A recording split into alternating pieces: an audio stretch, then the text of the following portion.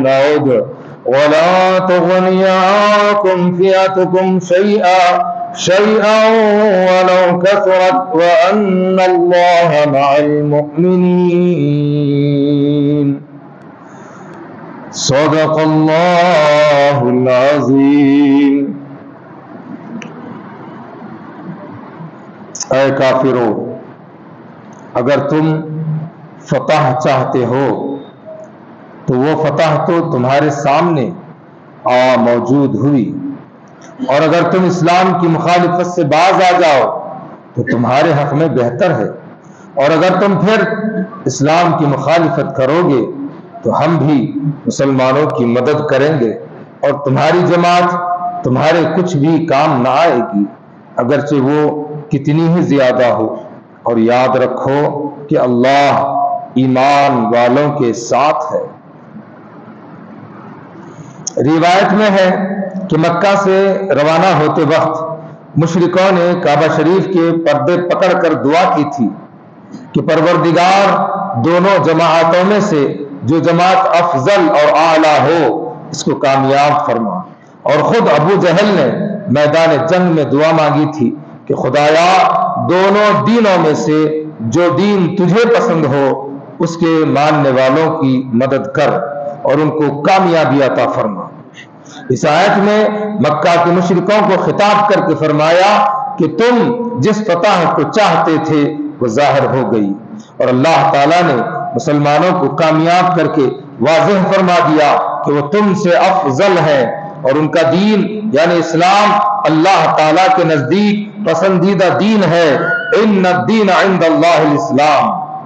اب بھی اگر تم اسلام کی مخالفت کرنے سے باز آ جاؤ تو تمہارے حق میں بہتر ہے، ورنہ اگر تم اسلام اور مسلمانوں کے خلاف پھر ویسی ہی حرکتیں کرو گے تو ہم بھی پھر ان کی مدد کریں گے اور ان کو کامیابی عطا فرمائیں گے، اور تمہاری جماعت چاہے وہ تعداد میں کتنی ہی زائد ہو تمہارے کچھ کام نہ آ سکے گی۔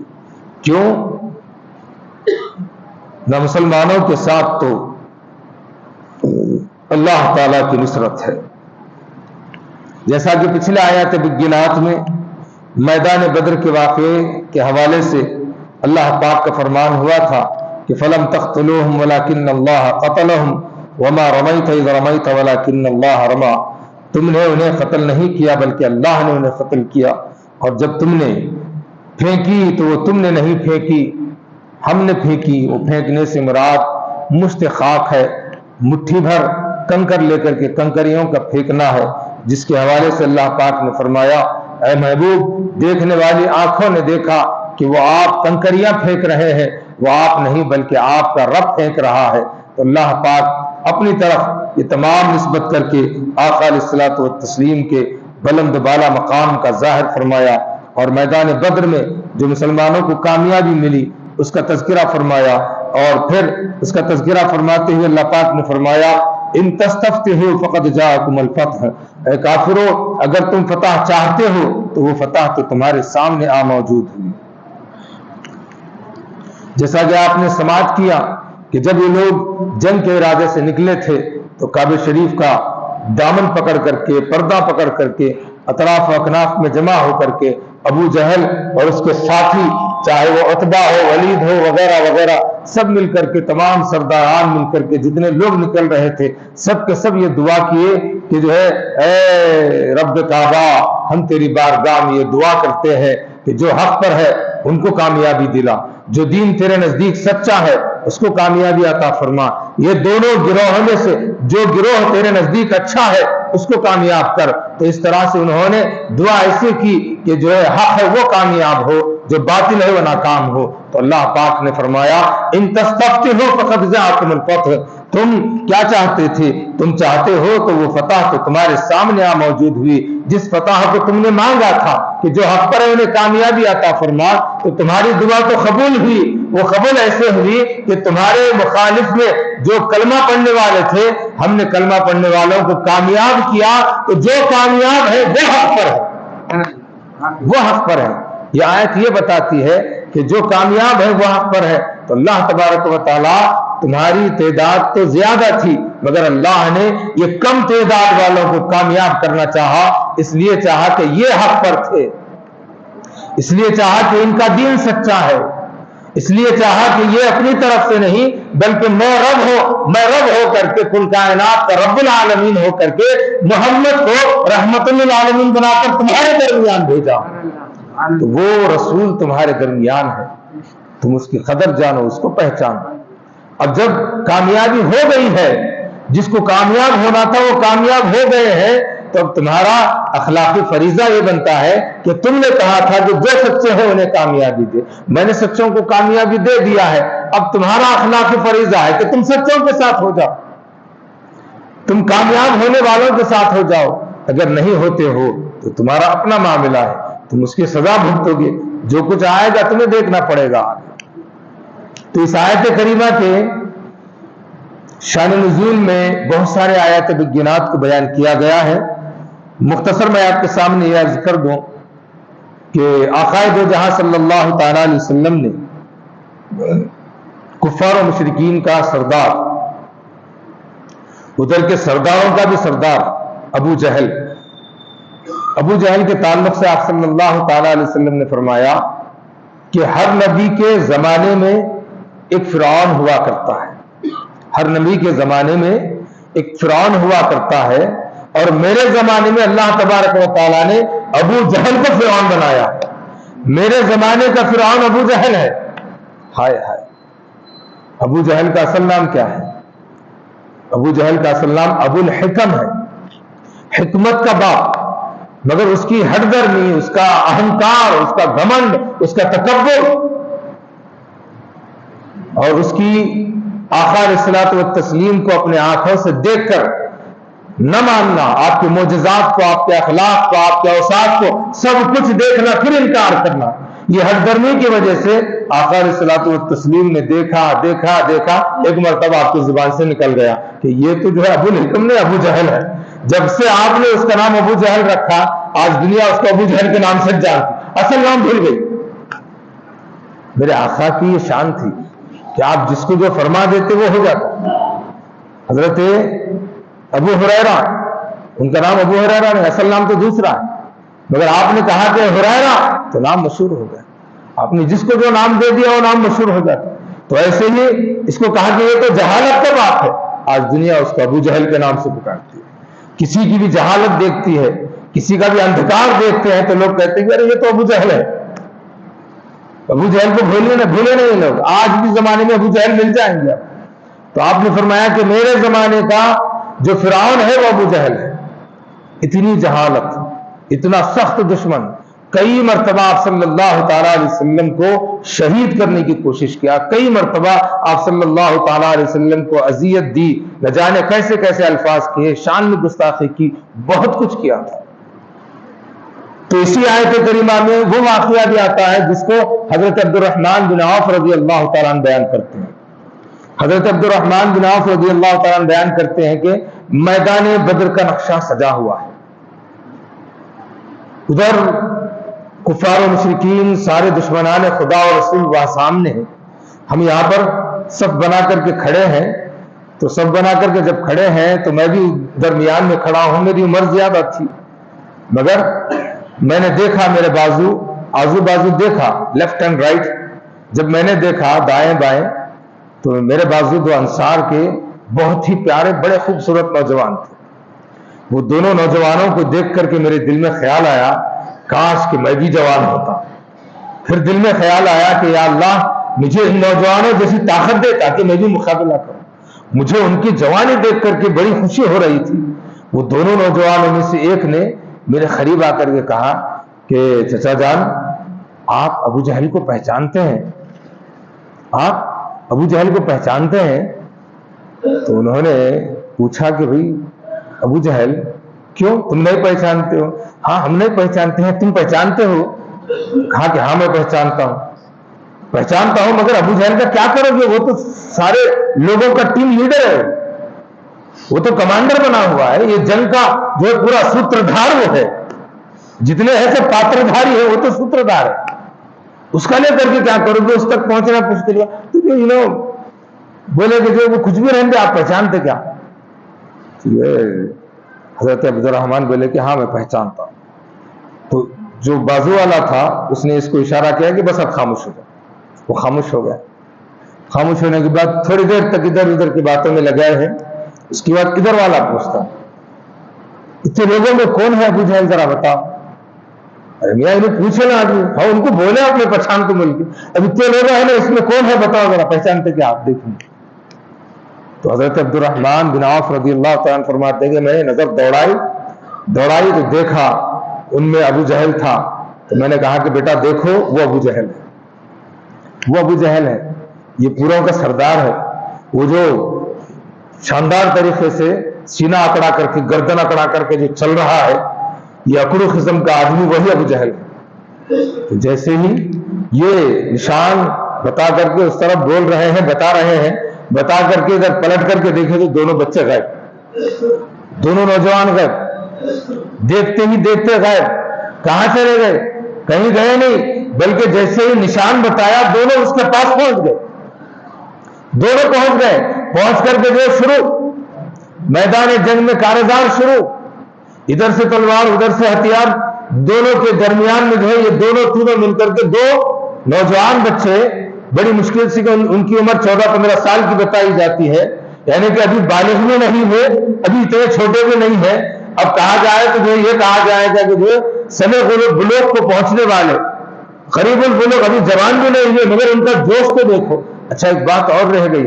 حضرت عبد الرحمن بن عوف یہ جب دوسرا پوچھتا ہے تو تم دونوں مل کر کے اتنا کیوں پوچھ رہے ہو؟ آپ پوچھتے ہیں بس آپ بتا دو ابو جہل کو وہ کیسا ہے، کون ہے، کیا ہے، کیوں پوچھ رہے ہیں؟ ہم نے سنا ہے. ہم تو جو ہے اپنے کانوں سے نہیں سنے. لوگ بولتے ہیں کہ ہمارے رسول کی شان میں گستاخیاں کرتا ہے، ہمارے رسول کی شان میں بے ادبیاں کرتا ہے، ایسے ویسے کلمات بکتا ہے، اور ایسے ویسے کلمات ہمارے نبی کی شان میں ہم سننا گوارا نہیں کرتے. اس لیے گوارا نہیں کرتے کہ جو ہے ہمارے نبی پر ہمارے ماں باپ قربان ہیں. وہ کون ہوتا ہے جو ہمارے نبی کی شان میں گستاخی کرے؟ اس لیے ہم پوچھ رہے ہیں. تو تب بتائے. فوراً غائب. وہاں تک چلے گئے اور وہاں پر جنگ کا نقشہ سج گیا. ادھر سے جو ہے حملے ہونے لگے. اسی جو ہے دوران میں حضرت ایک کا نام معاذ اور ایک کا نام معوذ. ایک روایت میں دونوں کا نام معاذ بتایا گیا ہے، معاذ بن عمر و معاذ بن افرا. مگر اور ایک روایت میں جو مشہور روایت ہے اس میں دونوں افرا کے بیٹے تھے. ایک کا نام معاذ تھا، ایک کا نام معوذ تھا، رضوان اللہ تعالی علیہم اجمعین. تو دونوں مل کر کے اس پر حملہ آور ہوئے تو وہ بھی جواب میں حملہ کرنے لگا. مگر ہوا یہ کہ جو ہے ایک نے جو ہے اس کے پیر پر جو پنڈل نہیں تھے اس کے نیچے سے جو تلوار ماری تو اس کا پیر کٹ گیا. اسی اثنا میں جو ہے اس نے ایک ہاتھ چلایا تو حضرت معوذ کا ایک بازو کٹ گیا. اور یہ چل رہا ہے جنگ، اور اسی میں جو ہے ادھر سے مار اور پڑ گئے. زبردست طریقے سے جو ہے پورا مرنے کے قریب آ گیا. تو یہ دونوں بچے پھر وہاں سے نکل کر کے آئے، اللہ کے رسول صلی اللہ علیہ وسلم کے سامنے بشارت دیے. ایک روایت میں ہے بشارت دیے. اس لیے حضرت معوذ رضی اللہ تعالیٰ عنہ کے قول کو ماننا پڑے گا، کیونکہ حضرت معوذ اور معاذ ان میں سے ایک شہید ہوا، ایک باقی بچا. باقی بچنے والا کون ہے؟ جس کا ہاتھ کٹ گیا تھا. وہ آ کر کے خبر دیا.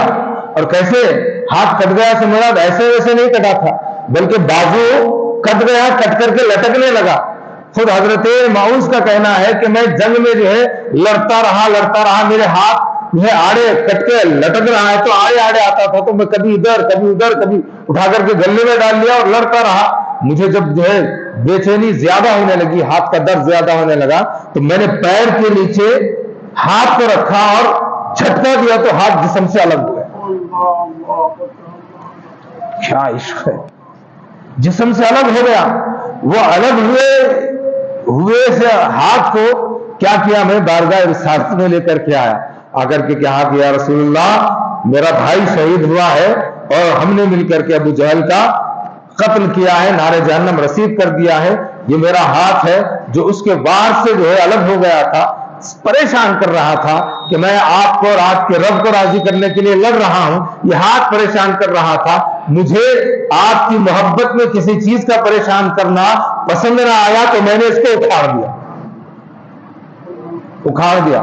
تفسیر مظہری میں اس کا تفصیلی واقعہ ہے، حضرت جو ہے آقا دو جہاں صلی اللہ تعالی علیہ وسلم نے اس ہاتھ کو لیا، اپنے لعاب دہن کو وہ پورے زخم پر لگایا، اس کے بعد اس ہاتھ کو جوڑ کر کے مرہم پٹی کر دی۔ کچھ دنوں کے بعد دیکھا گیا تو ہاتھ جیسے کہ ویسا سالم رہا، کئی برسوں تک زندہ رہے، اس کے بعد انہوں نے وفات پائی۔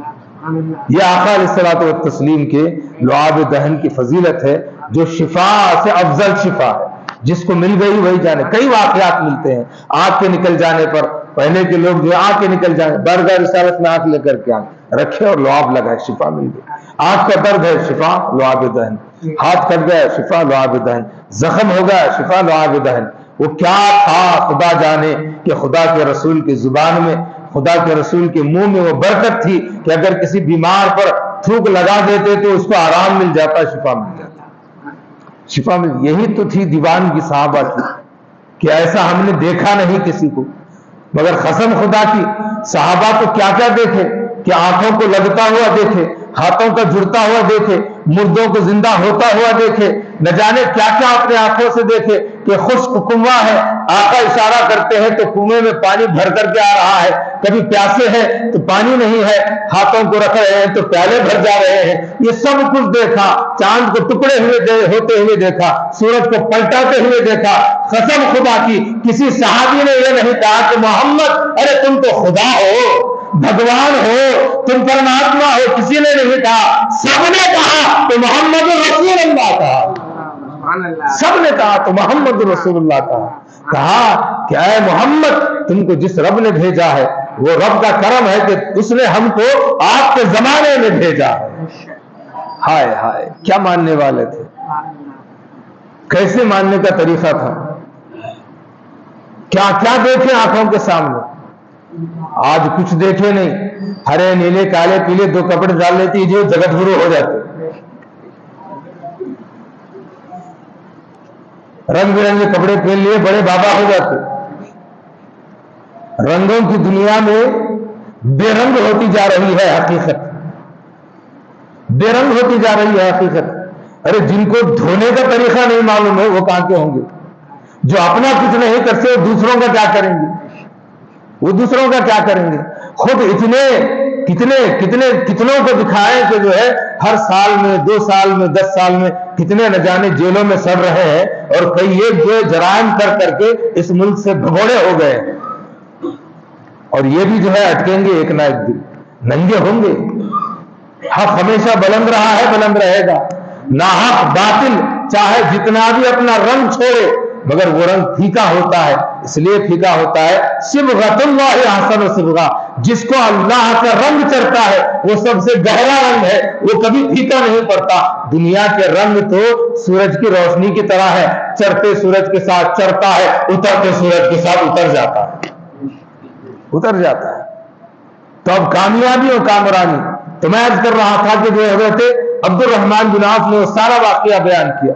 میدان بدر میں کفاروں کا سردار ایک نہیں 2 نہیں بلکہ اس کے ساتھ میں کئی سردار، جملہ 70 کافر وہاں پر مارے گئے، 70 گرفتار ہوئے، بقیہ ادھر ادھر نکل گئے۔ تو اللہ پاک نے فرمایا کہ کامیابی کی دعا تم بھی کرے، میرے محمد بھی کرے۔ تم نے بھی کہا حق کو کامیاب کر، میرے محمد نے بھی کہا مولا حق کو کامیاب کر۔ تم نے بھی کہا کہ ہم نے جو عزت والے ہیں اعلیٰ ہیں ان کو کامیاب کر۔ محمد نے بھی کہا کہ مٹھی بھر ہے جو تجھے اللہ کہتے ہیں، تیری ذات میں کسی کو شریک نہیں کرتے ہیں، اگر یہ حق پر ہے تو تو نے کامیاب کر۔ تو میں نے دونوں کو دیکھا، دونوں میں جو اعلیٰ تھا وہ افضل تھا، وہ میرا محمد تھا، اس کے غلام تھے، میں نے انہیں کامیاب کر دیا، کامیاب کر دیا ہے۔ تو اب کامیابی کس میں ہے؟ ذات محمد میں ہے، محمد کے لائے ہوئے دین میں ہے۔ محمد عربی صلی اللہ تعالی علیہ وسلم کا دین کوئی نیا دین نہیں ہے۔ لوگ کہتے ہیں کہ نیا دین ہے، نیا دین ہے، نیا دین نہیں ہے، 1400 سال پہلے ہے، 1400 سال پہلے کا دین نہیں ہے، 1400 سال پہلے کا دین نہیں ہے۔ چاہے حضرت عیسیٰ علیہ السلام ہو، موسیٰ علیہ السلام ہو، ابراہیم علیہ السلام ہو، اسحاق علیہ السلام ہو، نوح علیہ السلام ہو، یونس علیہ السلام ہو، آدم علیہ السلام ہو، آدم سے لے کر کے عیسیٰ تک جتنے انبیاء آئے وہ تمام کے تمام انبیاء نے کیا سکھایا؟ سب کا ایک ہی دین تھا، لا الہ الا اللہ۔ سب کا ایک ہی دین تھا.